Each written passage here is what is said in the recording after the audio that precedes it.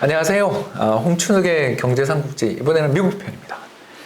참고로 저는 오랫동안 이코노미스트 생활을 하면서 미국, 일본, 중국 경제에 대해서는 참 공부를 많이 했는데, 특히 그 미국 경제 내에서도 연방준비제도 이사회에 대해서는 저도 참 궁금한 게 되게 많았었는데, 오늘은 바로 연준에서 무려 10년 동안 경제학자로서 일을 하신 고려대학교의 김진일 교수님을 모셨습니다. 교수님 안녕하세요. 네, 안녕하세요. 예, 오랜만입니다. 네, 안녕하십니다. 인천에 컨퍼런스 때 뵙고 네, 그때 몇 년 만에 뵙는 것 같아요. 앞뒤로 그 당시는 코로나 이전이었어요. 2년 전이네요. 제가 그러면. 기억이 납니다. 2019년 11월인가 그래, 12월에 이맘때예요. 해서 맞습니다. 저희 한 날 그리고 나서 이제 뭐 EBS 다큐멘터리 준비하느라고 준비를 했는데 한 달 후에 코로나가 오는 바람에 그 다큐멘터리가 좀 외국을 많이 못 갔습니다. 네, 베네수엘라랑 아르헨티나 갔다 오고 미국은 못 갔습니다. 그랬었군요. 네, 그날입니다. 기억이 납니다. 이제. 예, 정말 그때는 이렇게 될 줄 꿈에도. 그렇죠. 그날만 해도. 네. 예, 저도 그 뒤에 바로 영국에 어디 일이 있어서 갔었는데 네.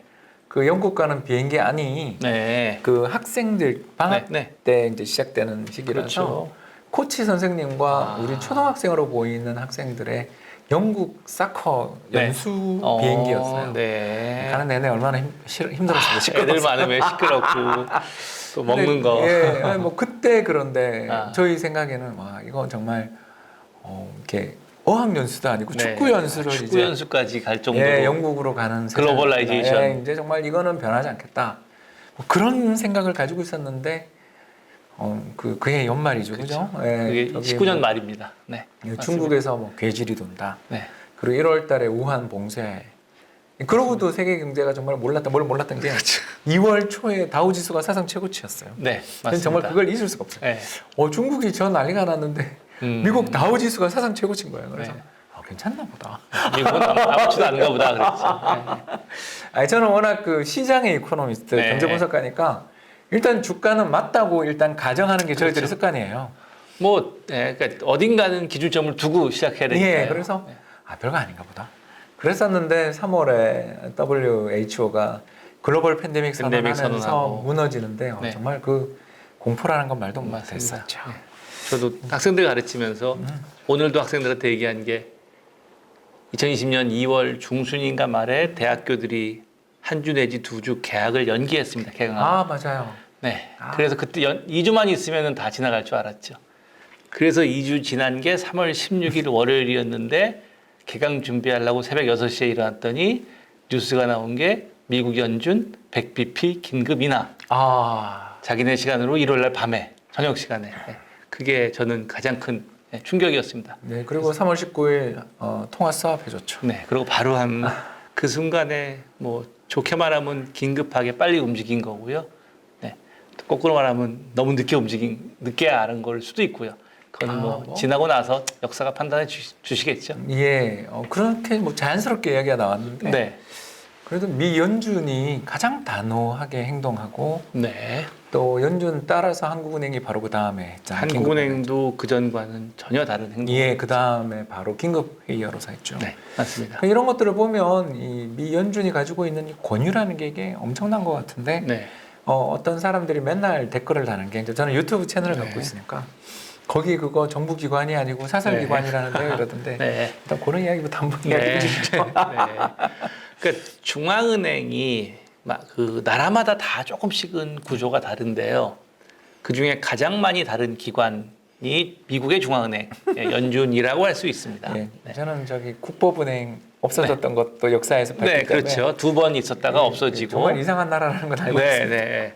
2번 했다가 없어지고 그다음에 세 번째 시도가 한 게 1913년에 해서 뭐 그때 만든 사람들은 이렇게 100년 이상 갈 줄은 몰랐겠죠. 그렇죠. 처음 2번의 시도처럼 오래 안 갈 줄 알았는데 이번엔 100년 넘게 가고 있습니다. 그리고 사실 말씀하신 거와 관련돼서는 사실 미국 정치의 특수성 혹은 미국의 특수성이 있습니다. 미국이라는 나라가 뭐 물론 원주민 인디안도 계시지만 대부분은 유럽에서 넘어간 분들이고. 그렇죠. 이민자들의 자녀들이죠. 그렇죠. 그분들은 중앙 집중 권력 혹은 왕권에 대해서 그야말로 태생적으로 싫어하는 예. 그런 게 있는 분들이잖아요. 그래서 그러니까 이번에 대통령 선거도 봐도 과연 개표를 저런 식으로 하고 주마다 다르게 하고 그런 나라가 세상에 어디 있습니까? 플로리다 개표는 있을 수 없습니다. 그러니까요. 그런 거를 보면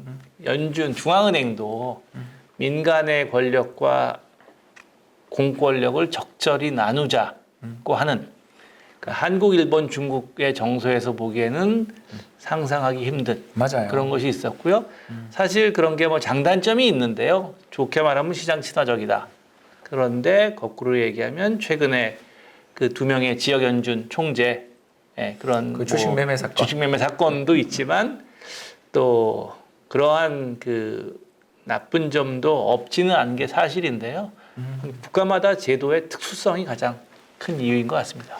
하나 더 이제 네. 질문을 하면 파월 의장 임명될 때 저희 네. 되게 놀랐거든요. 사실. 네, 왜냐하면 옐런 의장이 연임 못할 거라고 생각을 못하다가 그렇죠. 연임할 거라고 다들 예, 생각하셨죠. 왜냐하면 굉장히 큰 성과를 네. 사실 2008년 글로벌 금융위기라는 그 은행이 여러 망하는 네, 그런 엄청난 사건을 겪었는데 그걸 잘 해결한 물론 네. 이제 그때 연준 부의장으로 하셨지만 그 뒤 버냉키 후임으로 잘 일을 해온 분을 갑자기 쳐내면서 새로운 연준 의장을 임명하는 과정을 보면서 네. 이거 민간기관이라는 말은 다 잘못된 거네.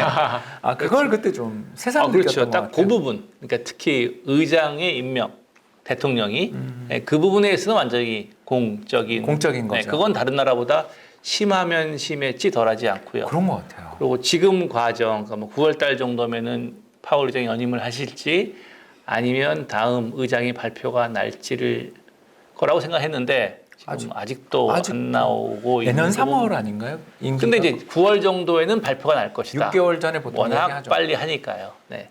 그런 예상이었는데 지금은 전혀 안 나오고 있는 것도 아마 그 임명권자 바이든 대통령 입장에서 네. 트럼프 여러 가지 트럼프 대통령이 임명한 사람이라는 일단 그런 좀 약간 그런 것도 있고 또 그 크리스토퍼 워런 등 금융 감독에 대해서 강경파인 자당 내에 상원의원들을 어떻게 설득할 설득할 것인가 그런 여러 가지 문제들을 가지고 사실 완벽한 옵션이 없는 거죠. 네, 장단점이 있어서 여러 가지를 고민하고 계시는 것 같습니다. 그런 면에서 이제 제가 조금 더 궁금한 걸 네. 조금 더 이야기하자면 그 투표권이 또 왔다 갔다 한다고 그러던데. 네네네. 그 12명의 지역 네. 연원이 이제 네. 우리나라로 하면 뭐 경상북도 뭐 지역 연원이 포항 있고 뭐 지점, 강릉 예, 지점 그런 지점에 계시는 분들이 네. 또 투표권을 가지기도 하고 안 네. 가지기도 하고 막 그러더라고요. 네네.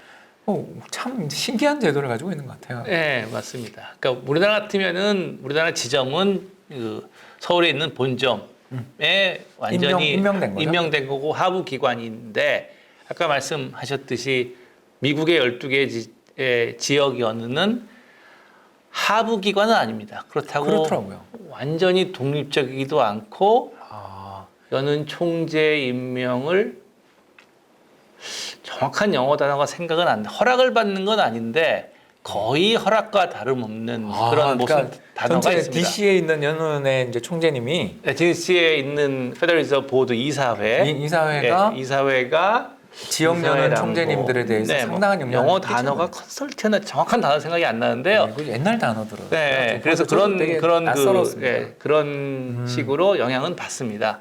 그리고 말씀하신 대로 제가 지도를 잠깐 보면서 말씀을 드리면요. 좋습니다. 네, 보여드리는 지도가 그 페더럴 리저브 디스트릭트를 12개로 나누어서 보여드리는 건데요. 샌프란시스코 연은 관할 지역이 엄청 넓네요. 엄청 넓은데 사실 1913년에는 저렇게 넓어도 별로 경제 활동이 없었습니다. 사람이 적었으니까. 그러니까 사실은 서부가 더 크게 했어야 되는데 그 당시에 운송 수단인 마차의 속도 때문에 더 크게 못했다고 합니다.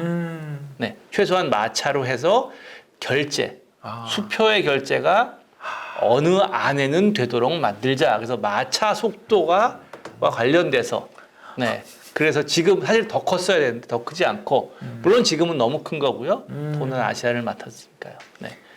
대단하네요. 그래서 워싱턴 DC에 있는 7명의 그 이사라고 부르는데 거버너인데요. 거버너. 네, 그 7명이 계시 지금 한 자리가 비어서 6명이고요. 비어있죠. 예, 네. 그렇더라고요. 그리고 다 있으면 7명, 그리고 12군데의 지역 연준 총재 모여서 19명이 그렇죠. 회의를 하고요.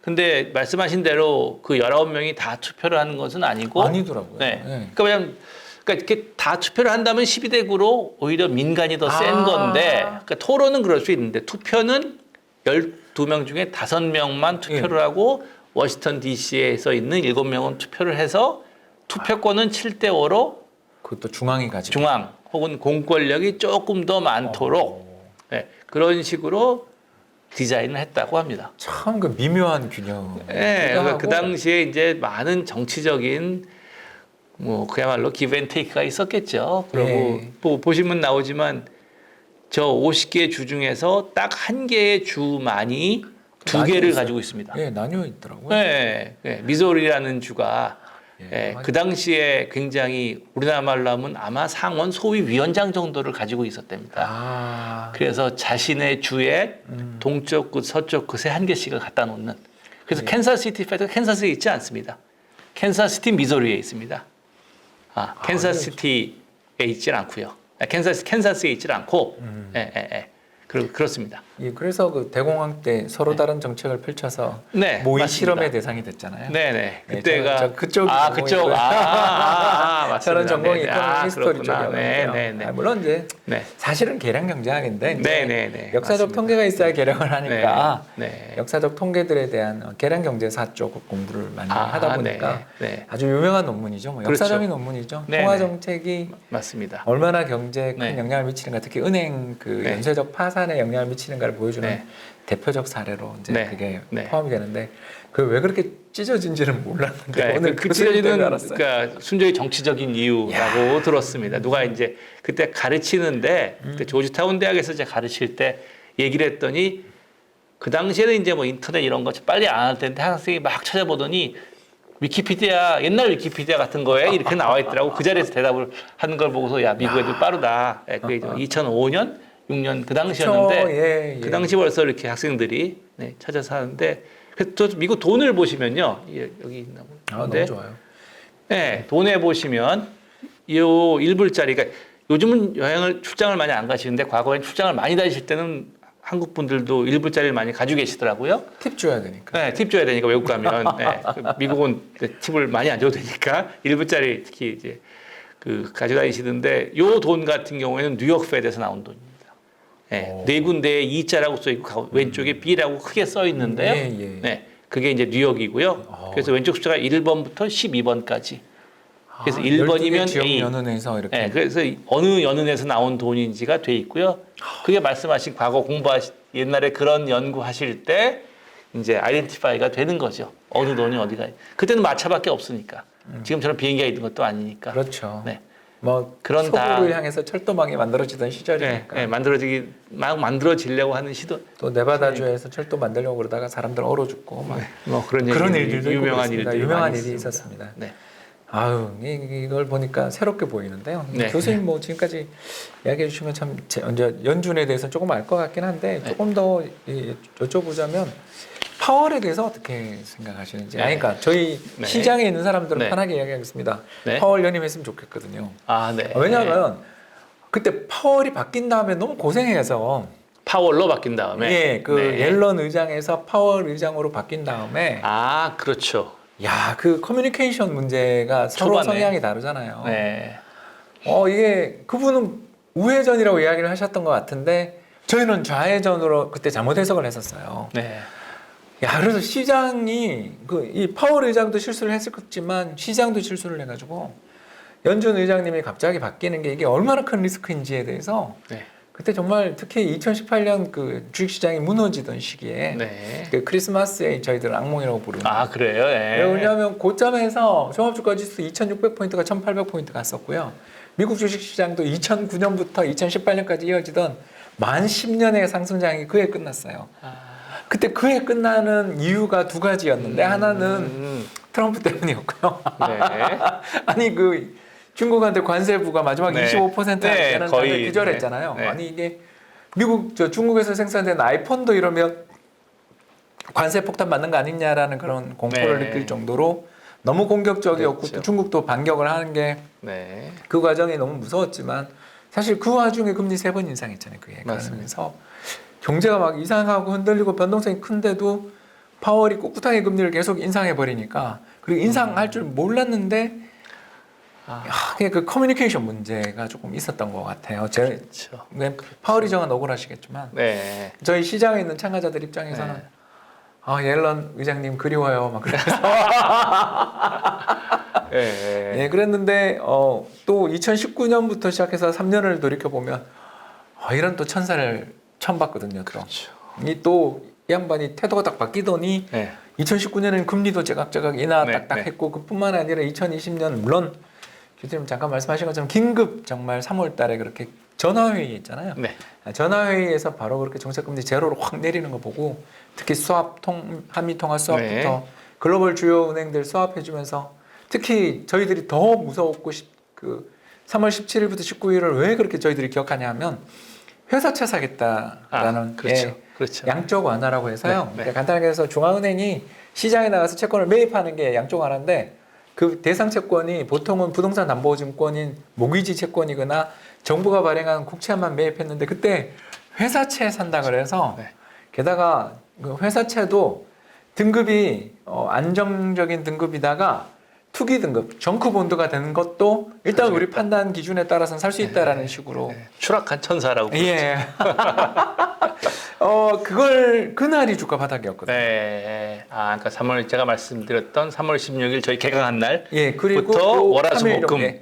월화수목 그때. 그 금요일이 바닥이었습니다. 금요일이요. 예, 그러니까 그 시기 다음 주부터 오르기 시작했던 예. 거죠. 그래서 그때가 종합주가지수가 1,400포인트 때까지. 네. 2,200, 2,300 정도에서 1월 초에 시작했었던 주식시장이 네. 한 번에 1,450포인트까지 갔으니까 그 고점적인- 산악을 완전히. 네. 예, 맞았죠. 그러고 지금 3,000이니까 네. 그 이후에. 이건 뭐 그렇죠. 그래서 주식시장 참가자들 입장에선 파월 의장한테 처음에 완전히 고생하다가 2019년부터는 또 자애로운 천사로 네. 돌변하고 지금까지도 사실은 네. 양쪽 완화 중단해도 될 것 같은데도 중단도 안 하고 어떻게 보면 굉장히 비둘기가 돼서 네. 코로나 이후에는 완전히 예, 슈퍼 비둘기. 슈퍼 비둘기였습니다. 예, 그러니까 이분을 대략 그렇게 해서 18년부터 지금까지 쭉 길다면 긴 시간을 쭉 겪었고 이제 내년에 연임 여부가 결려 있는 상황에서 시장 참가자들은 연임 했으면 좋겠다. 완전히 바뀌었죠. 4년 동안 겨우 공부했는데 이분하고 또 문제 바뀌면. 예, 이제 이분하고 좀 친해지기 바래를 네. 우리가 다 했거든요. 네. 그래서 좋은 분이네 생각보다. 네. 뭐 저희들은 다 그런 분위기예요. 네. 생각보다 좋은 분이다. 네. 그때는 커뮤니케이션의 문제였던 것 같고 네. 초반에는. 예, 초반에는 그랬던 것 같은데 또 그전 옐런 의장 시절에 만들었던 포워드 가이던스라고 해서 네. 그러니까 미리 알림해 주는 거잖아요. 뭐 점도표라든가 이런 여러 가지 제도들 만들어 놓은 걸 또 크게 바꾼 것도 없고 네. 그러니까 저희들 입장에서 익숙하고 편한 네. 그 그렇죠. 의장님이 돼버린 거죠. 네. 그래서 이런 분인데 정작 발표는 없고 그러니까 네. 혹시 연준에도 계셨고 또 교수님 입장에서 이제 마음이 편하시잖아요. 네. 저희들하고 입장이 다르시니까 네. 어떻게 익스포저 평가하시는지. 적으니까. 예, 네. 뭐 저는 파월 의장한테 아까 이야기했지만 처음에는 뭐 이런 사람이 다 있나 싶었다가 지금은 정말 천사가 따로 네. 된 극적인 변화를 겪었던 사람들 입장에서는 뭐 네. 말씀하신 대로 초반에는 그걸 학습 효과 누구나 다 뭐 버난캐도 초반에 버냉키도 한번 주말에 CNBC 앵커님한테 말 잘못해가지고 한마디 잘못한 거 가지고 완전히 난리가 난 적이 있었죠. 굉장히 라스트네임이 긴 분이었는데 그때 뭐 어디 백악관 저녁인가 어디 저녁 먹으러 좀 일찍 가서 혼자서 앉아 있는데 그래서 원래 그다음부터 일찍 안 간대. 일찍 가도 이제 그다음부터 조심해가지고 왜냐면 일찍 가면 그 여자 앵커님이 워낙 또 뭐 여러 가지로 질문을 아주 묘하게 보시면 했다고 그러더라고요. 그런 질문에 대한 대답이 시장에서 어떻게 될 거라는 거를 아주 잘 연준 이사로 그렇게 오래 매니플레이트. 일하셨는데도 실수했으니까 그렇죠. 근데 이사의 무게와 의장의 무게는 비교가 안 되는 솔직히 거죠. 대통령보다 더 중요하죠. 그러니까요. 그래서 있었고요. 그런 것을 옐렌도 한번 6개월이란 6month라는 기억 나실 텐데 그때 한번 그 얘기 잘못했다가 그때 한번 이제- 크게 당했고요. 이제 첫 번째 금리 인상을 둔 그 수많은 네. 이제 여러 가지 고민들이 있을 때 그런 일이 그쵸. 있었죠. 네. 그에 비해서 파월도 초반에는 이제 시장과의 많은 혼란이 있었는데 그거는 이제 별도로 하면 최근 특히 코로나 이후에 그 슈퍼빌 규제 행태에 대해서 그냥 조금 편하게 그러니까 가볍게 얘기를 하자면 그 개인적인 그 파월이 2012년에 연준 이사로 그렇죠. 네, 지명이 됐고요. 그 당시에 오바마 대통령, 그러니까 맞습니다. 민주당 정권에서 공화당 의회와 협의를 하기 위해서 제레미 슈타인이라는 하버드 교수랑 같이 패키지로 올려서 그러니까 민주당 대통령인데 한 명은 공화당 사람을 붙여 할게. 그러니까 이 사람을 같이 하자. 그런 식으로 해서 올라가신 분이에요. 네. 경력이 좀 특이하시잖아요. 그렇죠. 변호사 출신이시니까. 변호사 출신이십니다. 네, 네, 네. 그런데 그 2012년이고요. 그래서 이제 처음으로 뭐 경제학을 공부는 하셨겠고 대학교 때 뭐 제가 성적표를 본 적 없지만 아마 뭐 한두 과목은 들으셨을 텐데 이제 와서 새로운 직장에 가서 익숙해지고 있을 만한 1년이 지난 2013년에 버난케 테이퍼 텐트럼 사건이 발생을 했죠. 맞습니다. 잊을 수 없죠. 네.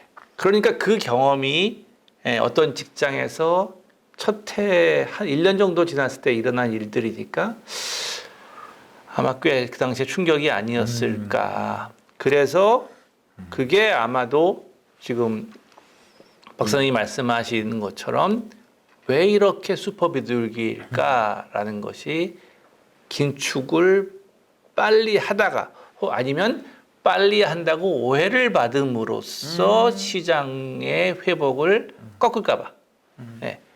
그런 그 나름대로의 그 백그라운드가 리스크 매니지먼트가 있는 것 같고요.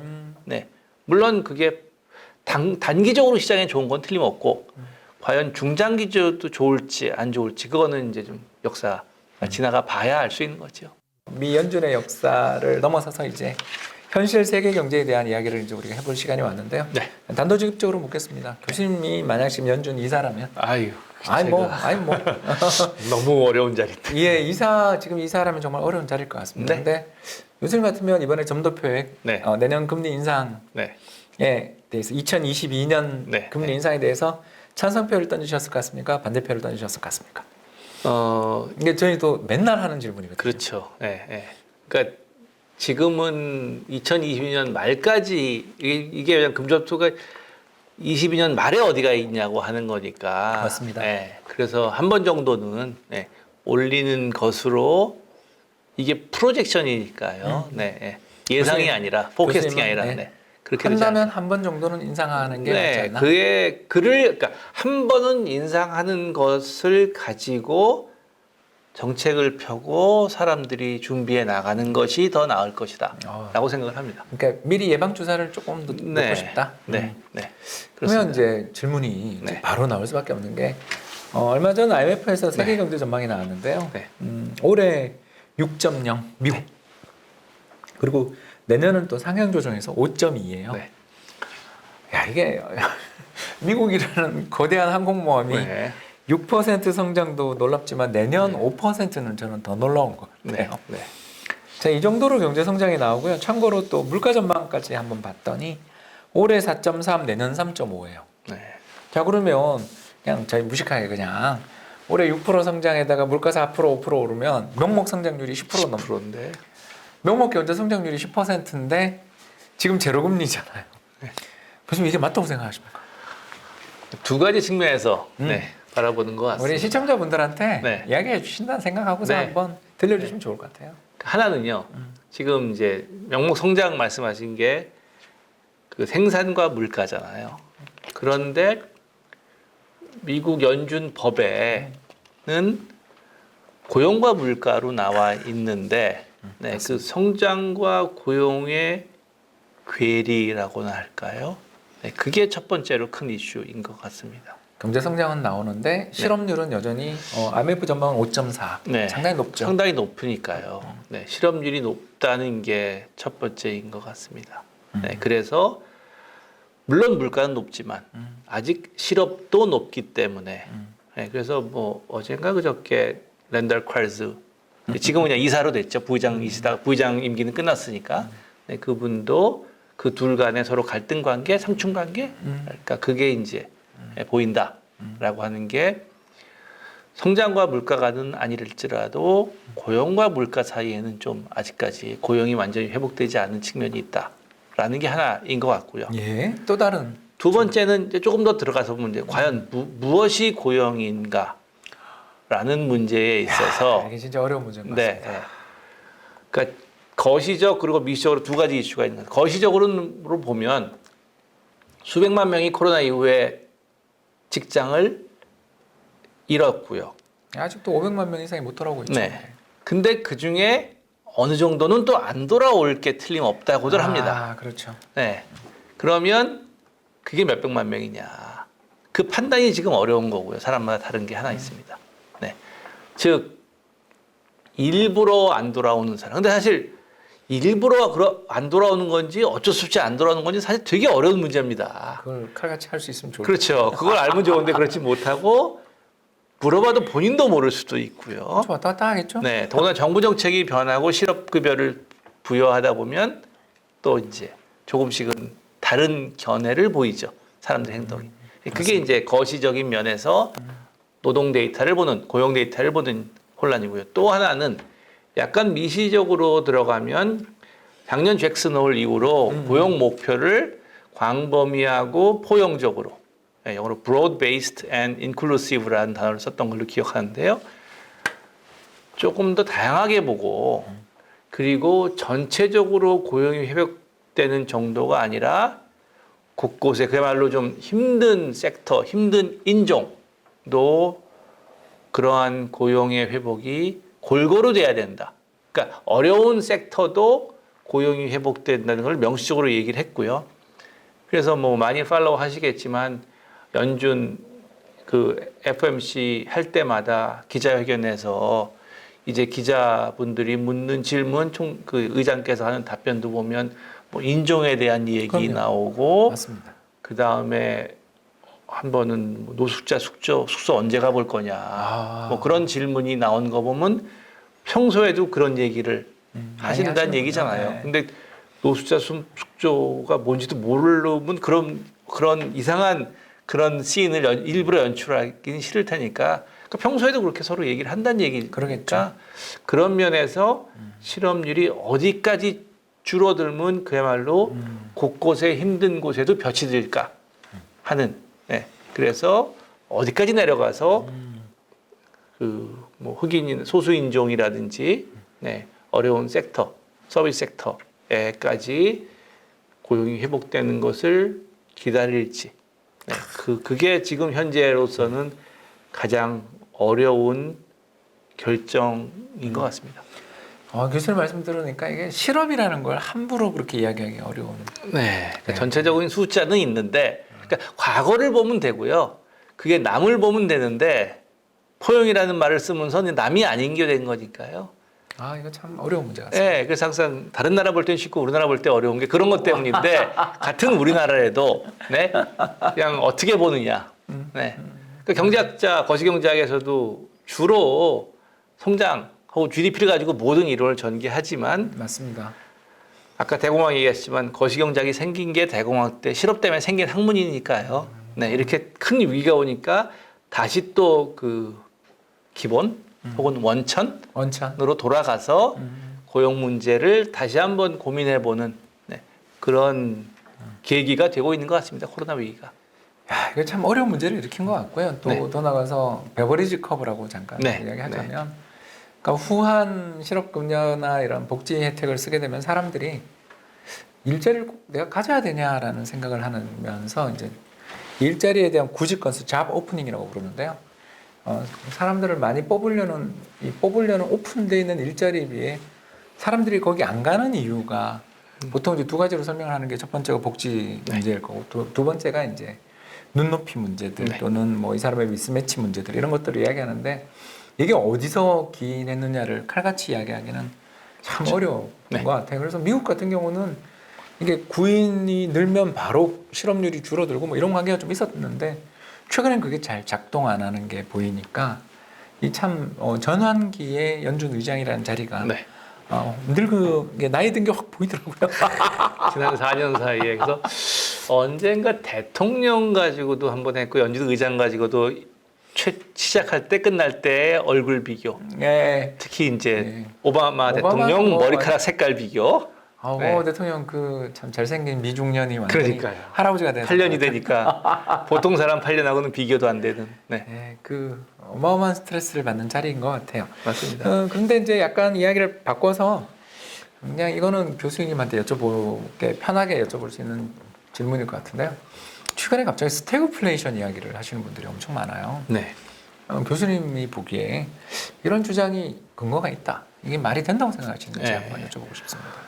근데 스태그플레이션이 공급추 충격이 와서 네, 그 물가와 그 생산량이 같은 방향으로 움직이는 네, 그 같은 방향으로 움직이지 않고 그러니까 주로 수요 충격이 사실은 70년대 전 이전에는 대부분 수요 충격이었고 맞습니다. 그래서 수요 곡선의 움직임에 따라서 네, 됐는데 이 유가 파동이라는 것이 예, 정반대로 공급 충격을 불러일으킨 거죠. 그렇죠. 네. 그게 1973년 1차 73년 4년 1차 그리고 79년 2차, 8년 9년 2차. 그게 1달러가 40달러 됐으니까. 그러니까요. 예, 예. 배럴당 1달러가 40달러 됐습니다. 네. 그 그러니까 10년 만에 유가가. 그때는 미국도 물론 전 세계적으로 요즘에 런던처럼 줄 서서 예, 그 기름 넣는 그런 게 전 세계적으로 있었죠.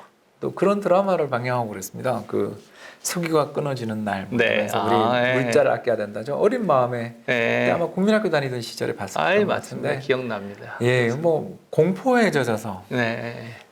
절대 우리 이제 큰일 났다. 우리는 특히 또 그때만큼 기름 한 방울 안 나는 뭐 이런 예. 그런 표현이 참 적합했던 시기가 없었던 것 같아요. 1년에 한 번만 밤에 불 켜고 축구 경기를 했던 기억이 납니다. 네. 그러니까 그 전기가 없다고. 네. 근데 그때랑 지금 좀 다르지 않을까요? 그렇죠. 다르죠. 그리고 이제는 이게 공급 충격도 많이 올 수 있다는 것을 알기 때문에 사실 과거처럼 스태그플레이션이 무서운 거는 없습니다. 아, 네. 그래서 스태그플레이션이라는 단어는 그 당시의 역사적인 컨텍스트에서 네, 보는 것이 맞는 것 같고요. 네. 지금 그게 스태그플레이션인지 아닌지에 대한 논쟁은 스태그플레이션을 머릿속에 서로 다른 것을 그리고 있기 때문에 그래서 맞아요. 그냥 그거냐 아니냐는 얘기보다는 그냥 경제가 어떻게 흘러가는지 어떤 정책이 맞는지에 대한 조금 더 구체적인 논의. 과거에는 그런 걸 몰랐으니까 그런 충격이 왔을 때 공급 충격이라고 생각을 하지 못하고 계속 확장적인 정책을 통해서 인플레이션이 올라가고 그래서 폴 볼커가 나오는 그런 아서 번스가 하고 참 그분 나오는- 입장에서 그런 분은 아니었을 텐데 아무튼 네. 역사상 최악의 연준 의장 표현 그렇죠. 근데 뭐 학문적으로는 뭐 굉장히 훌륭한 번센 미첼. 분이시지만 근데 그 당시에 그거를 어떻게 보면 참 아이러니인 게요. 가장 데이터를 많이 보고 그러신 분인데 이 사람이 자기의 틀로만 본다는 것에 대한 그 한계는 누구나 있는 것 그래서 같습니다. 그 1급 경제학자가 꼭 연준 의장이 돼야 되는가에 대해서는 의문이 좀 들만한 네, 게 맞습니다. 저도 그때 서머스가 안 된 건 잘했다라는 생각을 좀 하고 그랬었던 게 지난번에요. 네. 예, 서머스 대신 옐런이 됐었죠 그때. 그런 시기를 제가 왜 자꾸 하냐면 연준 의장님은 좀 약간 유하고 네. 열려 계시는 분들이 네. 잘하시는 것 같고 그런 면에서 얼마 전 돌아가신 폴 볼커 의장님이 아이 그렇죠. 정말 이 연준을 이렇게 만든 사람인 것 같아요. 네. 예, 그 얼마 전에 트럼프가 미국을 다시 위대하게라라고 했잖아요. 네. 그런데 저는 폴 볼커 의장이 연준을 네. 다시 위대하게를 만든 사람인 것 같아요. 네. 50년대부터 70년대 말까지 천천히 추락하던 완전 그 달러의 위상도 떨어지고 있었는 걸 그렇죠. 같이 올린 분이 아닌가 생각되는데 네. 그런 면에서 저희가 이제 또 궁금증을 가지는 게 연준은 결국 볼커가 만든 그러니까 볼커가 새롭게 쌓아 올린 주춧돌을 쌓아 올린 새로운 연준을 우리는 지난 30년을 보고 있는 거잖아요. 지금까지 예, 그야말로 40년 그걸로 먹고 살고 있는 거죠. 결국 거기에 연준의 색채는 뭐냐면 인플레 파이터예요. 네, 맞습니다. 자, 인플레 어떻게 보십니까? 그러니까 인플레이션이 그렇죠. 뭐 사진 또 하나 가져온 거 모두 만화에서 있는 건데요. 요 사진은 와, 폴 볼커입니다. 이 사진은 2013년에 연준 100주년 기념. 정말 네. 저 네 분의 연준 의장님 모습을 보면 갑자기 제 미소가 지어집니다. 그렇죠. 지나간 게 쫙 보이시죠? 네. 그러니까 위대하신 분들이에요. 네, 제일 뒤에 그 당시에 현직 의장 제니 옐렌이 네, 지금 세 분을 많이 모시고 나가는 거죠. 네.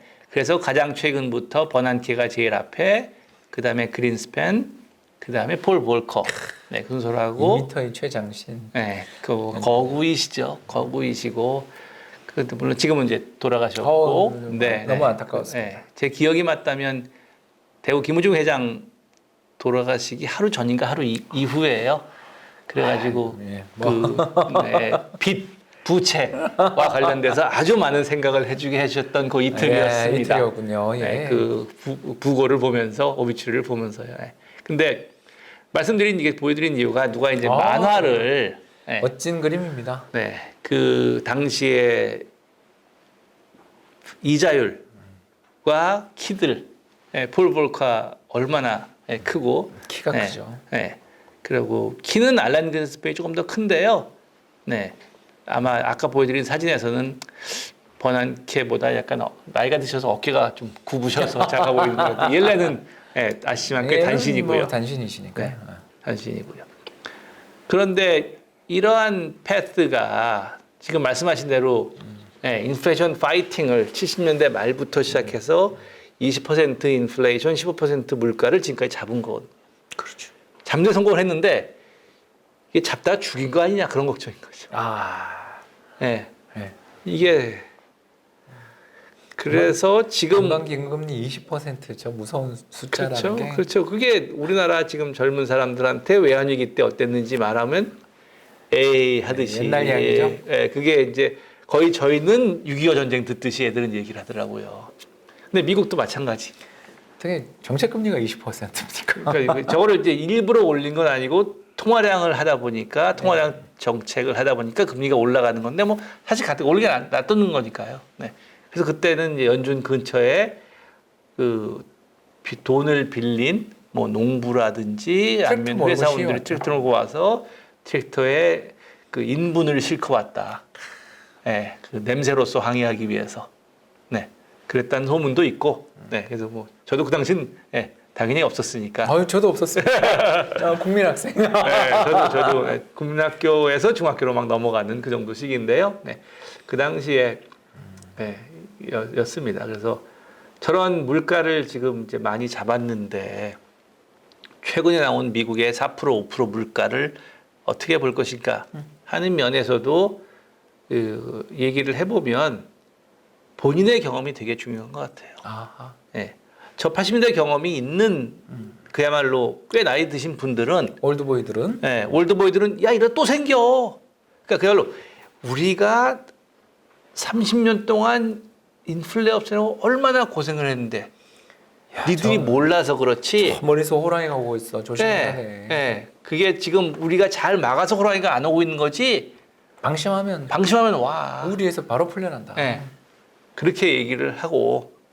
근데 이 뒤쪽만 일을 했던 저희 같은 사람들 혹은 연준에서도 비교적 젊은 사람들. 저희들은 이제 YB라고 할 수는 있을지 모르겠습니다만 저희들 입장에서는 연준이 금리만 조금만 올리면 바로 잡히던데 뭘? 네. 지금까지 그랬으니까. 그런데 혹시 이번에는 또 달라서 안 잡히는 거 아닌가 하는 걱정을 시니어들은 많이 하시더라고요. 네. 그래서 이게 인플레이션을 지금까지 잘 잡았다고 항상 잘 잡을 수 있는 건 아니다. 라는 걱정. 그게 이제 아까 말씀하신 대로 성장 저렇게 잘 나오고 물가 저렇게 높은데 왜 안 올리냐. 맞습니다. 문제는 그때 올릴게. 예, 저 질문이 여기서 또 나오는데, 그래서 저도 YB고 교수님도 YB니까 사실 이게 은퇴 연령이 돼야 되는 40년 전에 현직에 계셨던 분들이란 건 다 은퇴 연령이실 거 아니에요. 그렇죠. 지금 사실은. 그러니까 저는 뭐 이해는 해요. 저희들은 사실 선배 학자님들이 인플레 걱정하시는 걸 쓸 때마다 또 저 소리 하네 이러거든요. 저희는. 왜냐하면 맨날 금리만 인상하면 바로 잡히니까. 그랬었는데 여기서 이제 또 하나의 질문을 YB 입장에서는 할 수 있는 게 경제가 매크로 경제 성장에 일단 아무튼 명목 성장률 10%면 기업의 매출도 10% 는다고 생각하면 가용 비용만 조금 들이면 되니까 기업들의 이익이 어마어마하게 날 거고 더 나가서 제로금리에 가까운 속도로 차입을 할 수 있는 데다가 PIR이라 그러잖아요. 네. 명목 성장률의 함수잖아요, 임금은. 네. 네. 그러면 집값이 소득 증가율만큼 오른다라고 가정을 하면 네. 예를 PIR 10배다. 그러면 연봉 10년 모으면 집 사는 거잖아요. 네. 근데 올해 연봉이 아무튼 경제 성장이 좋고 기업들이 기분이 좋아서 연봉을 올려줘서 10% 임금이 오른다면 집값이 굉장히 싸 보이는 상대적 착시가 생기면 계속 오를 것 같으니까 그래서 주택시장이나 이런 자산시장에 거품을 유발하는 거 아니냐. 네. 그러니까 분명히 인플레는 안 올 수도 있는 거 아는데 인플레가 오는 척하면 네. 실업률은 약간 제쳐두고 왜냐하면 실업률은 아까 이야기한 건 논란이 있을 때는 그렇죠. 네. 눈 딱 감고 네. 인플레를 먼저 보고 정책금리를 저하하는 게 낫지 않냐라는 질문에 대해서는 어떻게 생각하세요? 그 부분이 사실 연준도 그렇고 한국은행은 더한데요. 한국은행은 더한 것 같고. 네, 그런 갈등인 것 같습니다. 이게 우리가 성장이건 인플레가 할 때 전부 다 재화 시장을 보고 얘기하는 거지 맞습니다. 자산 시장을 보고 얘기하지 않는데 자산시장을 문수로 판단하겠어요. 그러니까요. 그래서 그 자산 시장을 어떤 식으로 재화 시장 이해에 붙이느냐. 그래서 아무리 돈이 풀려도 재화 시장 가지 않고 자산 시장만 가는. 거기서 말하는 제가 재화 시장은 노동 시장도 포함해서 노동과 임금도 투자겠죠. 포함해서요. 예, 그렇죠. 네. 요새 또 투자가 그것을 언제 어떻게 회복되는 것 같은데 뭐 아직은 아니잖아요. 네. 그래서 그 갈등이 예.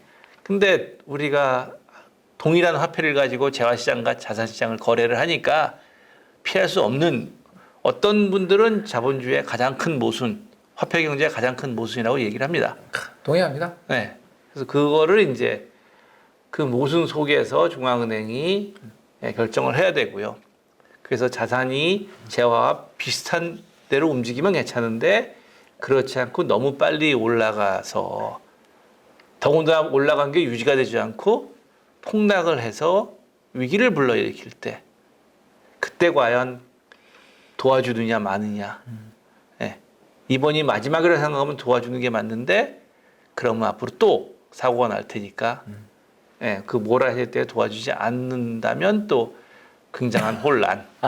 리만. 2008년 은행 망하는 거 보고 뭐 안 도와줄 수 없다는 거 다 알잖아요, 이제. 그러니까요. 근데 이제 그래서 더 조심을 하는 거고요. 예, 요새 네. 뭐 BIS 기준 자기자본 비율도 시스템에서 중요한 은행은 더 해라 이러잖아요. 네, 네, 네. 아니, 일단 인정한 거예요. 그렇죠. 네, 도와줄게를 더 해라는 게. 인정한 거잖아요. 네. 나중에 내가 너를 도와줘야 되는 게 내가 큰 부담을 줬으니 너도 부담을 줘. 이거 아닌가요? 그렇죠. 그러니까 더 안 도와줄 수 없잖아요. 네. 그러니까 도와줄 확률을 줄이는 거죠. 그렇죠. 네. 물론 그 사람들은 왜 많이 걷어가냐고 불만이지만 그런 의미로 그 시장 간의 불균형, 특히 재화 시장과 자산 시장 간의 불균형은 더 심한 것 같고요.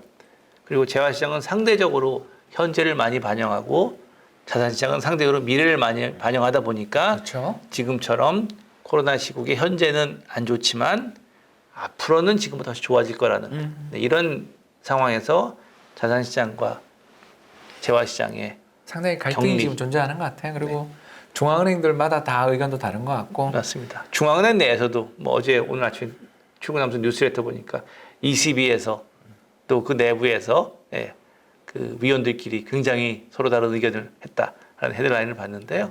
네. 뭐 연준도 그 안에서도 굉장히 많은 다른 목소리가 나오는 게 그러한 이유인 것 같습니다. 네, 그래서 아까 방금 교수님이 이야기하셨던 연준에서 교수님이 지금 이사라면 내년 금리 전망 점도표를 몇 %로 찍을 것이냐라는 거에 대해서 한 번 한 정도는 번은 인상하자라고 말씀하시는 게 사실은 어떻게 보면 교수님의 이게 그렇게 해놓고 정책을 펴는 게 마음이 편하다. 그리고 리스크에 대비할 수 있다. 그러니까 학생들한테 강의 계획서를 보여주고 할 때도 그게 최적은 아니더라도 혹은 그렇지 않게 될 가능성이 상당히 있더라도 어떤 것을 놓고서 그 패드를 가지고 소통을 하는 게 가장 좋은 것이 아닌가 맞는 말씀이십니다. 그런 생각입니다. 예, 교수님 말씀을 쭉 듣고 나니까 이게 좀 다른 각도에서 볼 수 있어서 네. 예, 저는 사실 자본시장의 이코노미스트 일을 오래 하다가 이제는 뭐 독립적인 리서치 네. 이런 걸 하고 회사를 하는 입장에서 아무래도 연준의 일거수일투족이 너무나 민감할 수밖에 그렇죠. 없고 자본시장 참가자 입장에서 그 상황을 볼 수밖에 없거든요. 네. 근데 연준 입장에서 그래 그런 부분들에 대해서 충분히 저는 공감했고 이제 마지막 질문이 될 것 같은데요. 2018년을 우리가 잊을 수가 없는 게 그때 이제 파월이 금리를 3번 인상할 때 경기도 나빠지고 부동산이 특히 꺾였어요. 그거는 뭐 네. 기억이 나는데 미국 부동산 이야기입니다. 근데 가장 기억이 나는 게 터키가 여름부터 정말 그 리라와 환율의 장기 추세를 보고서 경악했던 기억이 나는데 정말 뭐 이렇게 하이퍼 인플레가 있었던 나라들은 이렇게 되는구나라는 건 알고 있었지만 그래도 화폐 개혁 이후에 에르도안 정부의 어떤 개혁 이후에 안정된 줄 알았는 게 거기서 이제 2배가 완전히 네. 그런 걸 보면서 이 금융시장 참가자 입장에서 이제 저희들이 또 무서운 게 뭐냐면 이번 IMF의 경제 전망을 보면 선진국 경제는 내년쯤 되면 잠재 성장의 추세를 회복할 거라고 보는데 올라가는. 보는데 대부분의 신흥국들은 아직 그 밑에서 고생하고 있는데 만약 연준이 우리는 인플레가 경기가 좋아져서 나온 거야 예를 들어서 그리고 노동시장도 걱정했는데 잘 풀렸어 그래서 금리를 인상해 버린다면 2018년 터키 같은 일이 또 벌어지지 말라는 보장이 있는가 그런 생각을 좀 하게 되더라고요. 네. 특히 우리는 우리가 외환위기 난다는 뜻이 아니라 신흥시장하고 엮여있는 입장이니까 그런 리스크들이 다시 재발할 가능성에 대해서는 교수님 어떻게 보세요? 그러니까 2018년 터키 그때 이제 제가 그 당시 코로나 이전이니까요. 방학 때마다 미국 연준에 가서 있었는데 친하게 지내는 그 터키 친구가 있었어요. 세모글루는 아니고요. 여기는 뭐 아주 높은 분이고 이제 연준에서 일하는 저보다 나이가 좀 어린 친구인데 그러면서 이제 그 당시에 터키 환율 움직임 거의 뭐 우리나라 90년대 말 외환위기 그 정도 올랐어요. 2배가 그냥 오버슈팅까지 해서 2배 더 올랐습니다. 네네. 우리나라도 그 당시에 이제 달러 인베스트먼트 좀 잘하신 분들 혹은 외국에 갔다 오신 타이밍만 우연이잖아요. 타이밍 맞으면 그냥 굉장히 좋은 리턴이 올 수도 있었는데요. 2018년과 같은 그런 상황이 올 가능성은 충분히 있다. 전혀 배제할 수 없다고 하고요. 과연 그게 누구가 될지는 아무도 그걸 모르는 모르니까. 거죠. 네. 그게 또 한데. 그렇죠. 아까 재화시장과 자산시장 말씀드릴 때도 돈이 어디로 흘러갈지 자산시장으로 많이 흘러갈지 어디로 특히 더 많이 흘러갈지가 미래에 대한 예측의 차이고요. 맞습니다. 굳이 뭐 암호자산 얘기하지 않더라도 그런 게 심한데 지금 말씀하신 것처럼 미국의 금리가 올라가면서 유동성이 축소가 될 때 과연 어느 나라에서 먼저 축소가 될지 돈이라는 게 전 세계에서 골고루 빠지는 법은 없거든요. 그런 거 본 적 없습니다. 그거는 일어나지가 않습니다. 절대로. 절대 그런 일은 없더라고요. 역사가 가르쳐 주듯이 같이 뭐 고생 그런 거 없어요. 한 나라에 몰아주기입니다. 나쁜 것도 몰아주기인데 그 나쁜 것이 되는 나라는 2018년 터키였고요. 1997년 말에 이쪽 아시아 국가였고요. 그다음 러시아였고요. 그런 식으로 돌아왔는데 그게 어디가 될지는 그거는 과연 어느 자산 시장이 올라갈지를 예측 잘 하는 것보다 똑같이 어렵습니다. 어렵죠. 둘 다 불가능한 말씀이죠. 하나만 더. 마지막이라 그러고 또 물어서 죄송한데 그러면 교수님 연준은 혹시 이런 신흥국 쪽에서 문제가 벌어지고 그럴 때 통화 정책의 결정함에 있어서 여기에 대해서 가중치를 얼마나 두는 것 같습니까? 그 다른 나라의 움직임 자체에 대해서는 가중치를 솔직히 말하면 전혀 두지를 않습니다. 왜냐하면 미국 법에 의해서 미국의 고용과 미국의 물가를 보라고 했던 기관이 다른 나라를 보면 그건 배임이죠. 만약에 한국은행이 다른 나라 경제를 신경 쓴다? 그거는 대한민국 국민으로서 아마 아무도 가만히 있지 않을 겁니다. 그런데 다른 나라의 경제가 한국에 미친 영향은 신경을 쓸 거란 말이죠. 그렇죠. 마찬가지로 연준도 다른 나라의 경제가 미국 경제에 영향을 미치면 그래서 저도 연도는 기억이 안 나는데 인터내셔널 디벨롭먼트라는 단어가 처음 들어왔을 때 굉장히 샤킹했거든요. 연준 스테이트먼트예요. 네. 그런 것처럼. 그리고 유일하게 대한민국이 등장했던 걸 본 게 외환위기 때였습니다. 아쉽지만. 네, 그린스팬도 관심이 많았어요. 3번 연속 금리 인하했던 게 정말 네. 잊을 수 없죠. 네, 아시아에서 어떤 일이 일어날지에 대해서도 관심이 많았고요. 네. 그러니까 거기서도 아까 말씀하신 것처럼 그 CFP 말씀하신 것처럼 이게 그래도 쉬는 거에 사이즈가 커야 넘어지면 누가 같이 넘어지고 그러면 좀 그나마 그 스피로버에도 신경을 쓰는 거죠. 맞습니다. 네. 맞습니다. 그래서 사실은 뭐 97년 외환위기 때도 대한민국의 역할에 대해서 지정학적인 위치가 어떤 영향을 미쳤니? 좋은 영향일 수도 나쁜 영향일 수도 있고요. 네. 그거는 뭐 어쩔 수 없는 지금 국제기구보다는 각 나라의 권한이 엄청나게 센 상황에서 어느 나라의 중앙은행이나 자기를 보고 자기의 영향을 미치는 외국의 움직임을 보는 거지 그와 상관없는 거는 냉정하게도 그리고 자기들이 금리 인상해서 사고 나면 그때 한번 쳐다볼 거다. 사고 나서 연락으로 오면 사고 나서 영향을 안 미치면 그러면은 너네 마음속으로는 쏘리 하겠지만 운이 없구나. 마음속으로는 쏘리 하겠지만 그래서 뭐 하면 안 되라고 미국 국민들한테 얘기할 수는 없는 거죠. 그렇죠. 의회에 가서 얘기할 수는 없는 거죠. 예, 맞습니다. 그게 냉정한 국제 현실인 것 같고요. 정말 오늘 교수님 한 시간 아유 너무 귀한 말씀을 너무너무 냉정하고 좋은 이야기를 많이 들은 것 같습니다. 덕분에 아주 다음 좋은 시간에 또 한번 모시고 싶은데 혹시 시간 나실까요? 네, 뭐 언제라도 또 뭐 이슈가 이슈 되고 있고, 테이퍼링이건 금리 인상이건 또 특히 뭐 저 같은 경우는 또 미국 노동시장에 대해서도 네. 교수님한테 참 궁금하고 여쭤볼 게 많은 것 같고요. 아무튼 오늘 교수님의 말씀을 들으니까 정말 좀 약간 개안한 것 같습니다. 오늘 정말 우리 고려대학교의 김진일 교수님 모시고 정말 귀한 말씀 들었습니다. 오늘 교수님 나와주셔서 대단히 감사합니다. 네, 감사합니다.